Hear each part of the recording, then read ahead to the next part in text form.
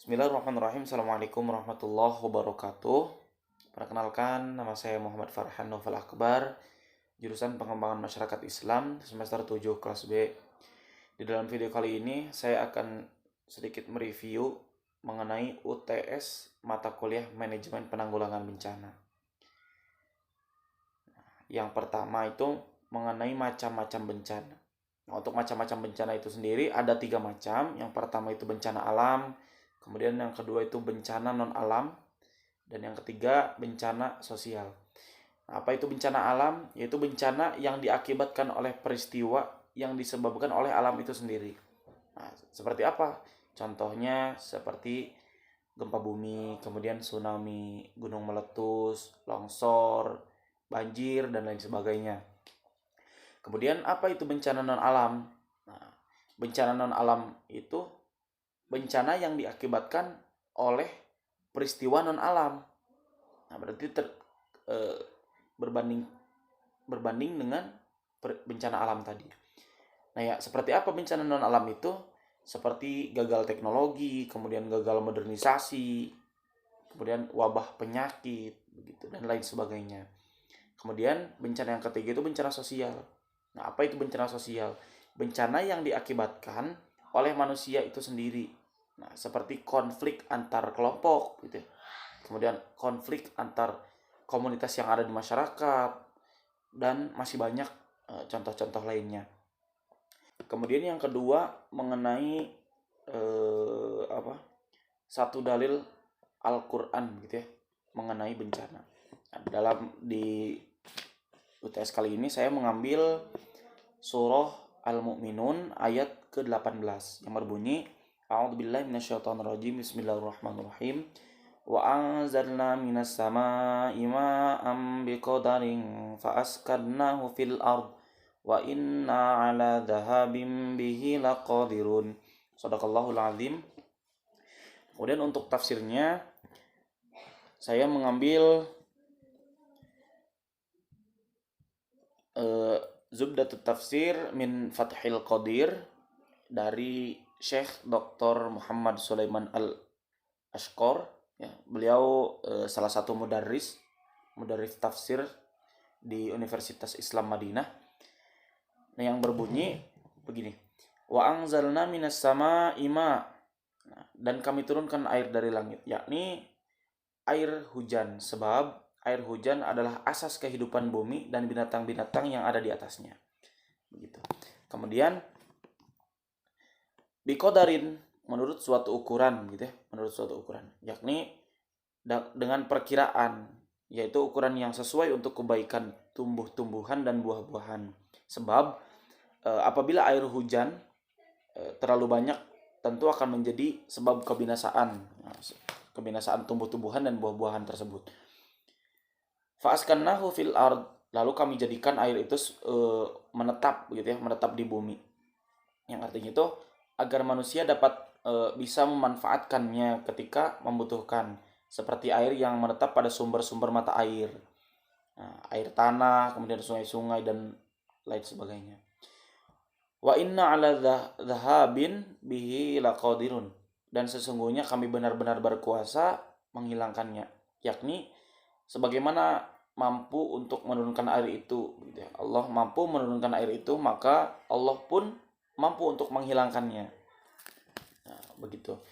Kemudian yang ketiga mengenai urgensi dari mitigasi bencana dan bagaimana cara seorang muslim untuk menyikapi bencana itu tersendiri. Nah, kita tidak mungkin mengelak dari yang namanya bencana, begitu ya. Yang bisa kita lakukan adalah bagaimana kita belajar hidup berdampingan dengan wilayah rawan bencana, begitu. Mungkin orang-orang yang berada di pesisir pantai, dirinya mungkin khawatir akan adanya tsunami, begitu ya, akan adanya kebanjiran rumahnya. Dan mungkin banyak masyarakat yang khawatir pula apabila rumahnya berada di tebing-tebing, begitu ya, di gunung-gunung. Apabila ada gempa, mungkin bisa saja rumahnya tertutup oleh tanah, begitu ya, yaitu longsor gitu. Nah, menurut Nur, Nur 2014, kegiatan mitigasi bertujuan untuk meningkatkan kesiapan masyarakat dan pengurangan risiko bencana untuk jangka waktu yang panjang. Kemudian mengurangi jumlah korban dan diterapkan semaksimal mungkin untuk meminimalisir dampak. Kemudian menurut Mariani 2002, maka dari itu mitigasi bencana adalah suatu kegiatan yang dilakukan sebelum terjadinya bencana dan yang berfokus pada pengurangan dampak serta kesiapan dan upaya mengurangi dampak bencana jangka panjang. Nah, begitu. Kemudian dengan keluarnya Undang-Undang Nomor 24 Tahun 2007 tentang penanggulangan bencana, nah, telah terjadi berbagai perubahan mungkin ya yang cukup signifikan terhadap upaya penanggulangan bencana yang ada di Indonesia, baik itu di pedesaan, perkotaan, bahkan daerah begitu ya, nasional. Melalui undang-undang tadi nomor 24 tahun 2007 ini banyak sekali mencakup semua fase bencana. Diawali fase mitigasi, kemudian kesiapsiagaan, kemudian tanggap darurat begitu ya, hingga pemulihan setelah bencana. Perubahan paradigma dari tanggap darurat menjadi siaga bencana, bahwa bencana tidak lagi dianggap sebagai sesuatu yang harus diterima begitu saja, akan tetapi juga harus bisa diantisipasi kejadian bencana itu gitu, korban dan diminimalisir gitu ya dampaknya. Kemudian bagaimana begitu ya cara seorang muslim untuk menyikapi hal tersebut.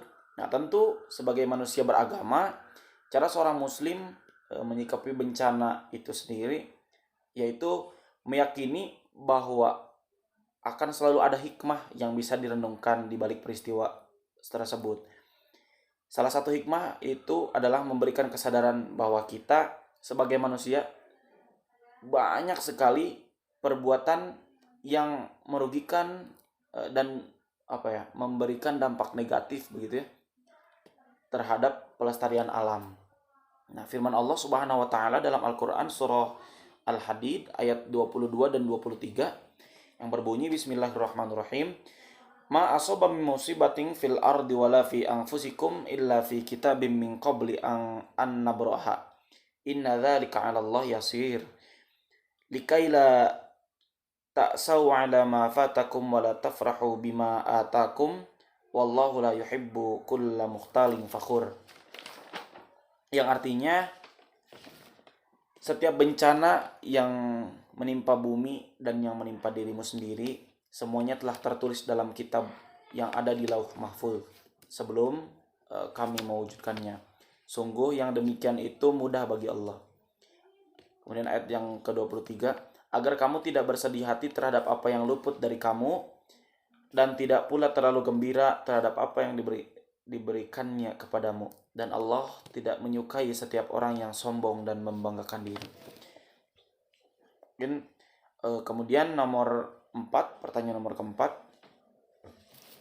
yaitu mengenai penjelasan pentingnya manajemen penanggulangan bencana.